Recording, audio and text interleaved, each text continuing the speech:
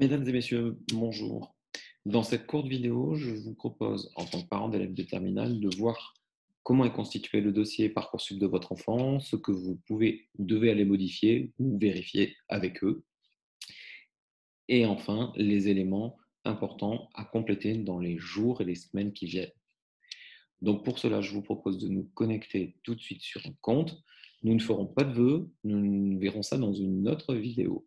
Donc je vais utiliser le compte d'un élève qu'il m'a gentiment prêté et pour pouvoir vous montrer cela.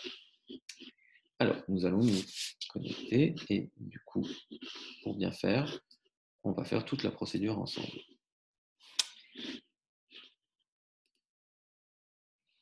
Donc sur Parcoursup, deux façons de se connecter, soit ici,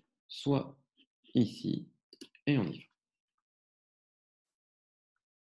Vous arrivez sur cette page, vous pouvez indiquer le numéro de dossier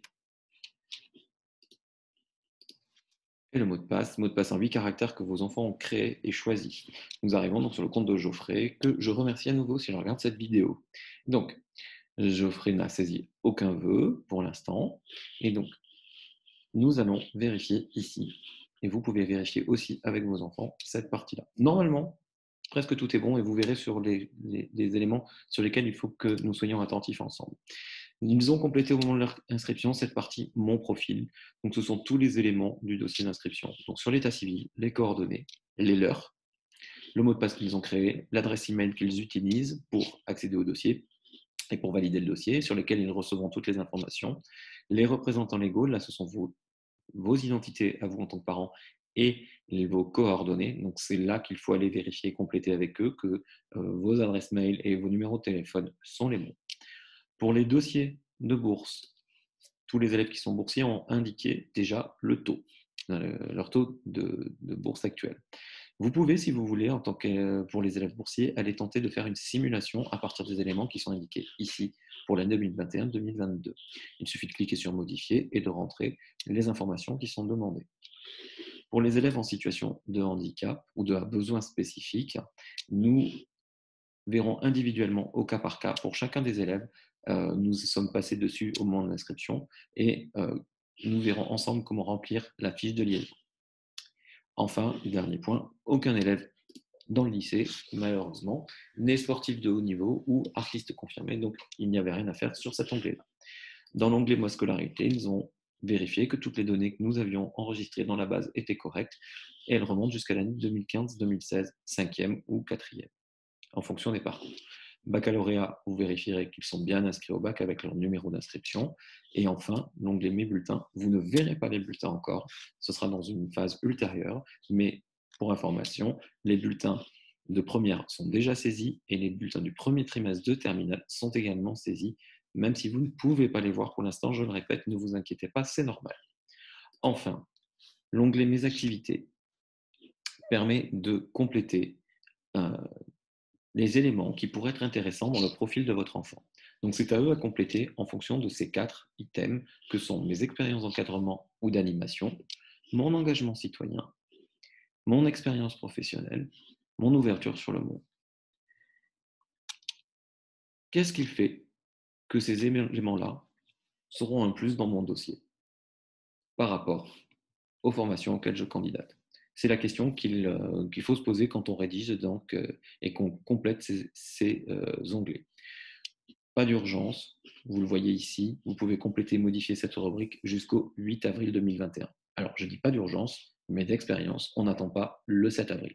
Ça se fait progressivement, mais certains élèves vous diront que plus tôt c'est fait, plus tôt ils ont l'esprit libéré pour aller construire la suite, c'est-à-dire les vœux.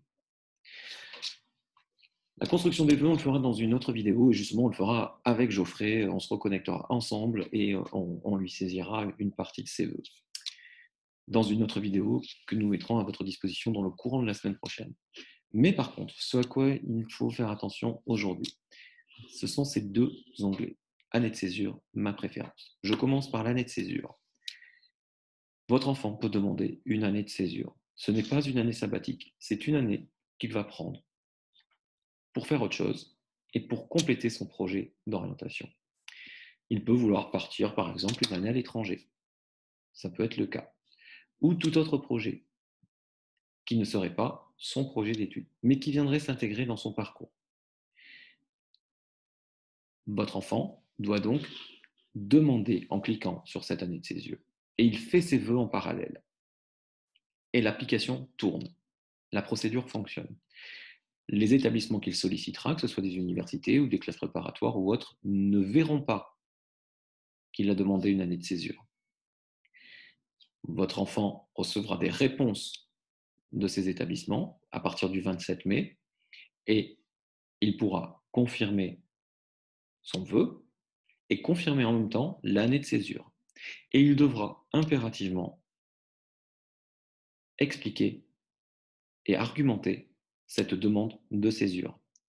L'année de césure n'est pas un dû. On peut la demander et se la voir refusée par l'établissement.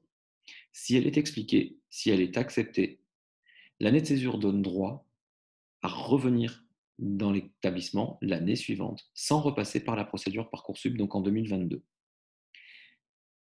Votre enfant garde ses droits, notamment aux bourses d'étudiants. Je le répète donc, la demande d'année de césure, ce n'est pas parce qu'on demande une année de césure qu'on l'obtient. Je le rappelle, donc je le redis, les établissements ont le droit de les refuser. Enfin, cet onglet Ma préférence, vous voyez, il y a un petit point d'exclamation, donc tant qu'il n'est pas complété, le dossier ne sera pas validé. Il faut que ce petit point d'exclamation disparaisse. On peut le faire maintenant, et c'est comme pour tout, vous verrez, on peut le faire maintenant, on peut le faire ultérieurement. Mais si on le fait maintenant, on doit rédiger en 1500 caractères cet onglet Ma préférence en indiquant le domaine de formation prioritaire dans lequel on veut étudier et les domaines secondaires, je dirais, dans lesquels on accepterait d'aller étudier. Tout simplement, cela doit permettre à la commission d'accès à l'enseignement supérieur, si aucun vœu n'est accepté, de proposer des vœux.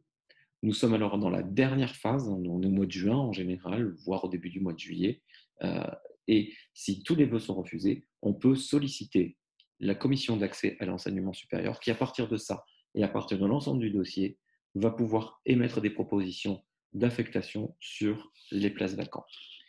On peut et on doit également indiquer si on a formulé une candidature hors Parcoursup et enfin dire si on a un autre projet personnel ou professionnel qui ne rentre pas dans le cadre de la procédure. Le calendrier, je le redis, donc nous sommes dans cette phase du 20 janvier au 11 mars, donc de formulation des vœux. L'inscription, c'est quasiment fait pour tout le monde. Je fais un petit cocorico pour l'établissement avec 98,2% d'élèves inscrits sur Parcoursup pour les 8 classes de terminale générale. C'est nettement plus que la moyenne académique. Jusqu'au 11 mars, vos enfants peuvent saisir les vœux, saisir ou supprimer, mais prioritairement saisir. À partir du 12 mars, ils ne pourront plus en ajouter, ils ne pourront que les supprimer. Et ils devront confirmer. Nous ferons ça dans la prochaine vidéo. Jusqu'au 8 avril, et à compter du 8 avril, la plateforme ferme complètement et nous rentrons dans une phase d'attente jusqu'au 27 mai, date du début de la phase d'admission et des premières réponses. On en reparlera aussi dans une autre vidéo. Voilà. Voilà pour l'instant où nous en sommes. Vos enfants peuvent commencer à chercher les formations, à saisir des vœux. Ils ne risquent pas de faire d'erreur, ne vous inquiétez pas. Ils ont à leur disposition leurs professeurs principaux, leurs enseignants. Nous, ils n'hésitent pas, et qu'ils n'hésitent pas, ils le savent, je le leur ai dit, à nous solliciter, à venir nous voir s'ils ont la moindre question. Je vous propose d'en faire de même. N'hésitez pas à nous envoyer des messages, à nous poser des questions. Il vaut mieux poser des questions et être sûr plutôt que de prendre des risques et donc de se tromper. Nous sommes là pour vous accompagner pendant toute la procédure, donc n'hésitez pas à faire appel à nous, soit par le biais de Pronote, soit en nous appelant, soit par mail, vous avez nos adresses. Donc n'hésitez pas, j'insiste. Voilà. Un seul dossier, un seul mot de passe. Vos enfants ont leur numéro de dossier et le mot de passe, oui, c'était eux qui l'ont créé. Mais je vous conseille de leur demander de reprendre avec vous tous les éléments du dossier pour vérifier. Voilà, je vous souhaite un excellent week-end et je vous dis à très bientôt. Bonne journée.